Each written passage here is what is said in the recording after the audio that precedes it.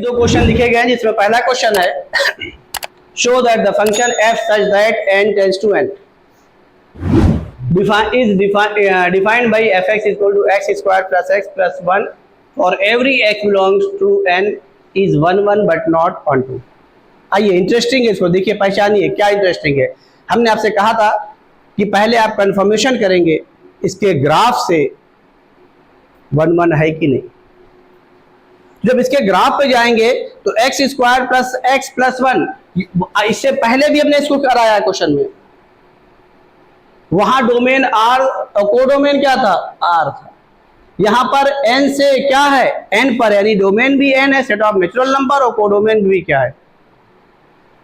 तो ये जो x square plus x plus 1 है, अगर इसका डोमेन कैपिटल आर ले लें, अगर हम ये यहाँ पे डिफाइन ना करें, आपसे कह दें find the domain of the function f x equal to x square plus x plus 1, तो आप सारे रियल नंबर की बात करेंगे कि कहां पर ये डिफाइंड है, set of real values of x for which the function is defined. तो ऑल रियल नंबर के लिए डिफाइंड है। लेकिन यहां पर हमने क्या किया है, चेंज किया है। तो जो x square plus x plus 1 का जो आपने नेचर पढ़ा है पीछे, नेचर नहीं बदलेगा। नेचर क्या पढ़ा है, पैराबोला। और यहां पर चूंकि डोमेन जो नेचुरल नंबर होने की वजह से 1 2 3 यानी गैप आ रहा है, 1 के बाद 2 आ रहा है, 2 के बाद क्या आ रहा है, 3। और वही जब आपने r से r पे डिफाइन किया था, इंटरेस्टिंग है, पहचानिएगा। अगर ये डीप में आप चले जाएंगे ना तो बहुत मजा आएगा। तो 1 और 2 के बीच में कितना गैप है, इनफाइनाइट नंबर का गैप है, 1 2 नंबर का नहीं, इनफाइनाइट नंबर का। इसका मतलब क्या हो, 1 के लिए जो इमेज आएगी 3 आएगी, 2 के लिए कितनी आ जाएगी 4 7 आ जाएगी, 3 के लिए कितनी आ जाएगी 13। तो क्या हो रहा है, ये पॉइंट के फॉर्म में ग्राफ आ रहा है। और पॉइंट किस फॉर्म में नजर आएगा, पैराबोलिक फॉर्म में। किसके फॉर्म में, तो क्या होगा, ये फंक्शन 1 1 हो गया कि नहीं हो गया, और तुरंत ऑन 2 के बारे में भी जस्टिफाई हो गया। क्या, चूंकि 1 के लिए इमेज क्या आ रही है 3, 2 के लिए क्या आ रही है 7, तो अब क्या हो रहा, कोडोमेन क्या है 1 2 3, तो गैप आ ही गया। इसका मतलब क्या हुआ, प्रॉपर सबसेट हो गया। कौन, रेंज, किससे, तो जाहिर है ऑन टू कहना है तो नॉट इक्वल। आइए लिखने के तरीका आप देख लीजिए। तो इस क्वेश्चन, इन दोनों क्वेश्चन को देने का मेरा मकसद है ये नहीं कि आप एक ही रटा रटाया स्टेप लिखेंगे, नहीं। आपके जो लिखने का तरीका होगा वो नेचर ऑफ फंक्शन पे डिपेंड करेगा। हमने पैराबोलिक दिया, इसमें कोई शक नहीं, लेकिन ये क्या है, पॉइंट होगा ग्राफ। लेकिन वो पॉइंट किसके फॉर्म में नजर आएगा, वो पॉइंट इस तरीके से नजर आएगा, ऐसे नजर आएगा। एक पॉइंट यहाँ आया, फिर यहाँ आया, फिर यहाँ आया, फिर यहाँ आया, इस तरीके से आएगा। तो ये अपना माइंड मेकअप कर लीजिए पहले से कि फंक्शन है क्या। अब कोई भी पैरेलल लाइन ड्रॉ करेंगे तो पता चल गया, और हर डोमेन के एलिमेंट के लिए इमेज क्या आ रही है वो भी पता चल गया। तो सेट ऑफ रेंज, रेंज पता चल गया। क्या है, रेंज तो खुद ही सेट है, रेंज पता चल गया। और पता चल गया कि ये 1 1 है बट नॉट ऑन 2। आइए अब लिखने जा रहे हैं। देखिए इसको सॉल्व करने जा रहे हैं।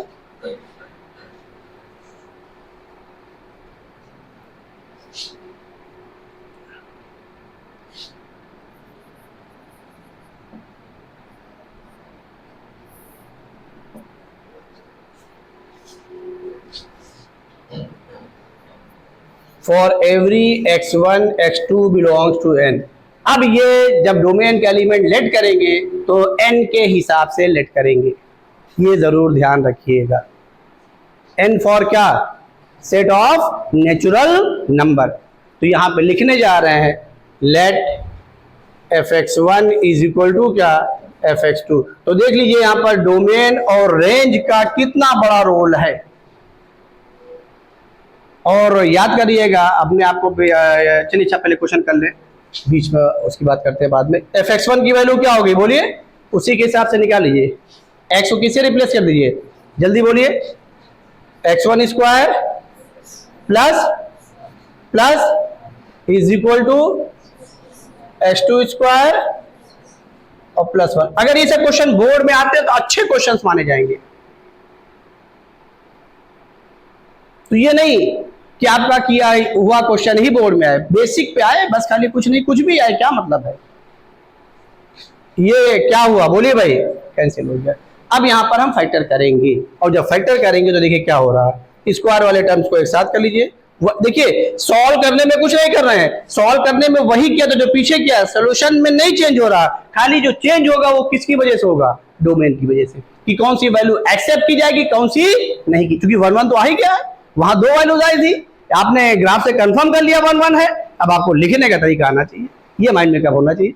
तो बताइए क्या हो जाएगा, जल्दी बोलिए, plus x1 minus x2 is equal to 0 implies that, इसमें फैक्टर कर लीजिए x1 plus x2 into x1 minus x2, और ये प्लस क्या x1 minus x2 is equal to क्या 0।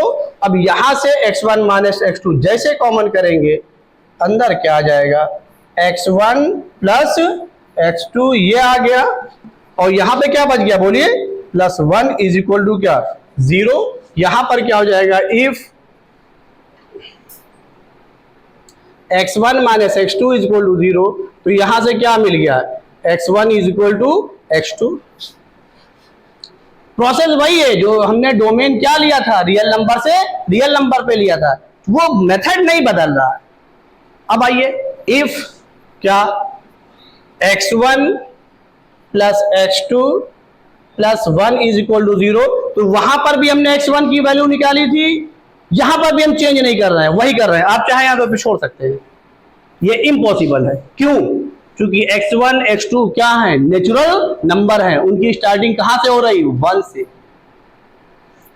और ये भी 1 का एडिशन है, ये एडिशन कभी 0 के बराबर नहीं हो सकता, चाहे तो यहीं पे ब्रेक कर दें, और चाहे तो जो हमने रियल नंबर वाला कॉन्सेप्ट यूज किया था वही करिए, ऐसा कुछ नहीं है। तो ये आप पे डिपेंड करता है, आपकी नॉलेज पे डिपेंड करता है कि आप क्या करने जा रहे हैं, सब कुछ उस पर डिपेंड कर रहा है। हम जो पीछे करके आए वही करने जा रहे हैं, x1 की वैल्यू निकालने जा रहे हैं, क्या x1 इज इक्वल टू क्या आ गया बोलिए, minus x2 minus 1, minus common कर लीजिए, अंदर क्या आ गया, x2 प्लस 1। अब बताइए x2 क्या है, नेचुरल नंबर है, और 1 तो पॉजिटिव है, इन दोनों का एडिशन क्या हो गया, पॉजिटिव, बाहर काहे का साइन आ रहा है, निगेटिव का, ये क्या हो गया बोलिए, इम्पॉसिबल। क्यों? क्योंकि x1 की वैल्यू x2 तो हो गई यहां पर, अब x1 की वैल्यू ये निगेटिव के साथ नहीं हो सकती, क्योंकि x2 क्या है, नेचुरल नंबर है, और उसमें 1 ऐड करेंगे तो हमेशा क्या रहेगा, पॉजिटिव। और आपने क्या लेट किया है, for every x1 x2 belongs to क्या n, यहां से क्या मिल रहा है, x1 क्या मिल रहा है, निगेटिव नेचुरल नंबर मिल रहा है, और निगेटिव में नेचुरल नंबर नहीं होता। अब ये हम कह लें यहां पर क्या मिल रहा है, इंटीजर मिल रहा है, निगेटिव इंटीजर मिल रहा है, तो ये पॉसिबल नहीं है। वही चीज यहां पर लिख देंगे, और ये अपनी लैंग्वेज में आप लिख करके तब लिखिएगा, since x1 is a natural number but here minus x2 plus 1 is negative integer which is impossible, तो ये इसके बराबर नहीं होगा, ये हमने इम्पॉसिबल लिख दिया। अब बचा क्या, यही बचा से, तो फंक्शन क्या हो गया बोलिए, लिखने का तरीका समझ में आ गया। देयरफॉर यहां पे ये लिख दिया गया, x1 is equal to x2, ये यही ही होगा, इज ट्रू, बस और कोई नहीं, लिख दीजिए आगे बढ़ा करके। अब वो लाइन रिपीट कर दिए, since fx1 is equal to क्या fx2, और बोर्ड में इस तरीके से लिखिए, लिखने पर आपकी नॉलेज झलकनी चाहिए, एग्जामिनर पर अच्छा इंप्रेशन जाएगा, दिमाग में रख लीजिएगा। लिखने का मतलब हुआ कि आप डर के लिख रहे हैं कि कॉन्फिडेंट हो के लिख रहे हैं, यही डिफरेंस होता है, यही वजह होता है जो शिकायत लोग करते हैं हमारा नंबर कम आ गया। नहीं, आप एग्जामिनर को अपनी तरफ खींचिए, एग्जामिनर को अपने से दूर मत भागने दीजिए। और वो कैसे होगा, जब आप अपनी चीजों को एक्सप्लेन करेंगे। अरे कहीं आप किसी से बात करते हैं, जब किसी से बात करते हैं तो कोई आपसे इंप्रेस होता है और कोई इंप्रेस नहीं होता। तो अब ये करिए, वही आप अपनी कॉपी में जब लिखेंगे तो आप उस एग्जामिनर को इंप्रेस करिए, 100% नंबर मिलेगा। और फिर जहां पे आप एरर छोड़ेंगे वहां भी नंबर वो बहुत ऐसा काटेगा जैसे हाफ किया, हाफ में काटा वो आगे जाके फुल हो जाएगा। अगर मान लीजिए 2 एरर हो गई तो हाफ 1 हो गया, फिर 1 ही लेस होगा, बाकी नहीं होगा। ये आपकी जिम्मेदारी है, एग्जामिनर की जिम्मेदारी नहीं है। क्या बोलिए, x1 is equal to x2, therefore function is 1 1, ये यहां पर हेडिंग डाल दीजिए क्या, फॉर 1 1। तो ये 1 1 मीन्स क्या, 1 1 फंक्शन, चलिए पूरा लिख दे रहे हैं, इसको पूरा लिखने की जरूरत नहीं है, ये हेडिंग डाल करके ये करना शुरू कर दिया कि ये 1 1 हमने चेक कर लिया। बोलिए इसमें कोई डाउट हो बताइए। आप चाहें यहां पर ही लिख दें इम्पॉसिबल, ये लिख देंगे तो x1 = x2 हो गया। बात क्लियर हो गई? नोट कर लीजिए, आगे चले ऑन टू के लिए। अब देखिए अगला करने जा रहे हैं, 1 1 कर लिया, अब क्या कंफर्म करने जा रहे हैं? Onto. तो यहां लिखने जा रहे हैं for onto function, for onto function.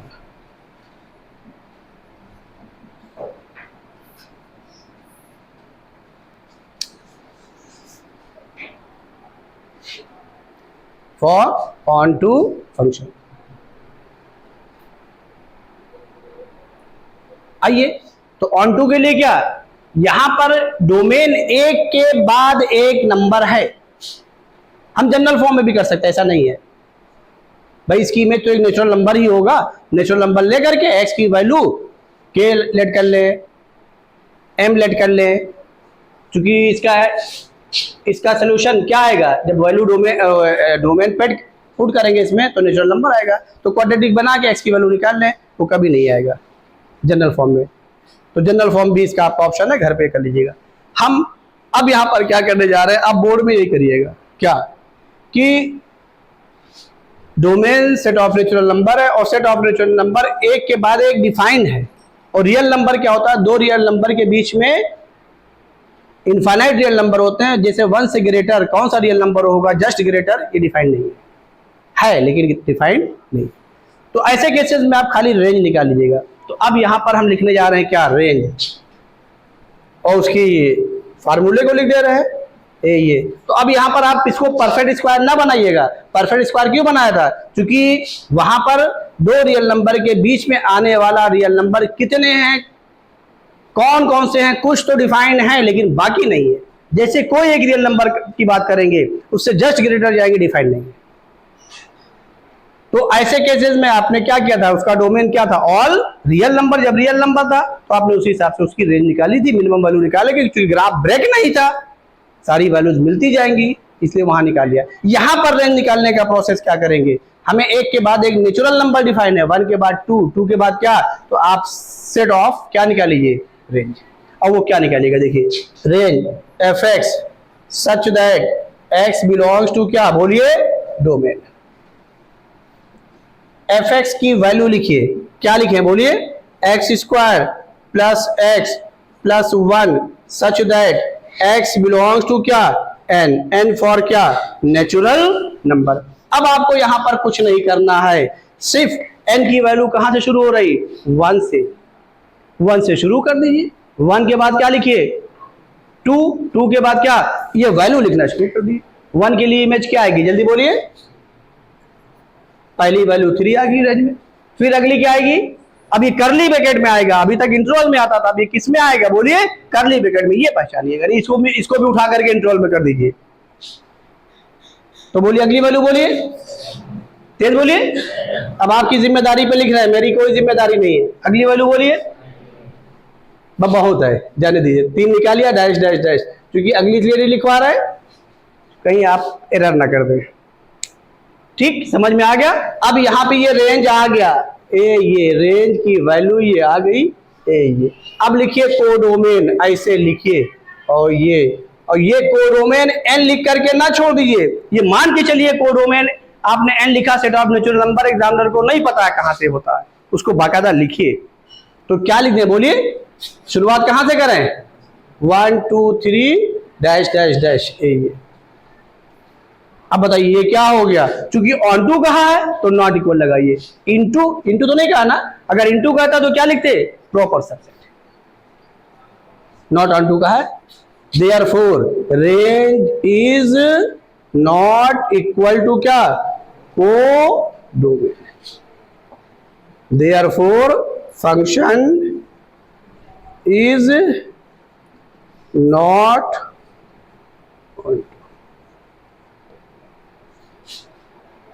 बोलिए कोई डाउट इसमें, समझ में आ गया। ये क्वेश्चन हम आपके लिए दे रहे हैं, इसको घर से करके लाइएगा और लिखिएगा बाकायदा, इसीलिए हमने दिया है।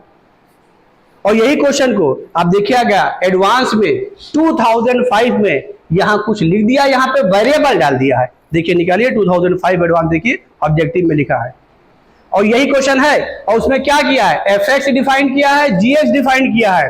और क्योंकि जाहिर एडवांस वाले हैं तो कुछ तो एक्स्ट्रा करेंगे ना, कि नहीं करेंगे, तो वहां क्या ले लिया है, एफ माइनस जी एक्स ले लिया कि नहीं ले लिया, उसको डिफाइन किया है। और ये क्या है, ये बोलिए एफ माइनस जी, ये क्या है, अलजेब्राइक ऑपरेशन है। किस पर, फंक्शन पर। ये पढ़ा है आपने 11th में, नहीं पढ़ाया है, अलजेब्रा ऑन, यही आर्टिकल है, अलजेब्रा ऑन फंक्शन। तो इसको देखिए एक स्टेप बढ़ा दिया, एडवांस क्वेश्चन बन गया। तो अभी हम उस पर आएंगे, अभी नहीं आएंगे, थोड़ा सा पहले आपको जो फंक्शन का डर है वो पहले निकाल दें, क्योंकि आप लोगों को फंक्शन के नाम पे इतना डरवा दिया जाता है कि अरे ये तो ठीक है इसको बाद में पढ़ लीजिएगा, ऐसा कहीं कुछ नहीं है, कोई बात नहीं आता है, जो आता है वो पहले ही आता है।